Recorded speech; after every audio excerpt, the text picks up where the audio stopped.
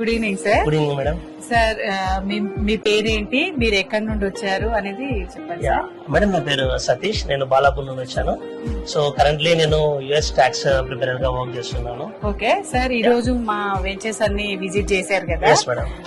ఇక్కడ మీరు చూసిన మా వెంచర్ లో ఇస్తున్నటువంటి బెనిఫిట్స్ గానీ, అలాగే ఇక్కడ ఇన్వెస్ట్మెంట్ చేయడం ద్వారా కస్టమర్ కి ఇచ్చే బెనిఫిట్స్ గానీ, మేము ఇస్తున్న డెవలప్మెంట్ గానీ ఎలా అనిపించింది, మీ ఫీలింగ్స్ ఏంటి?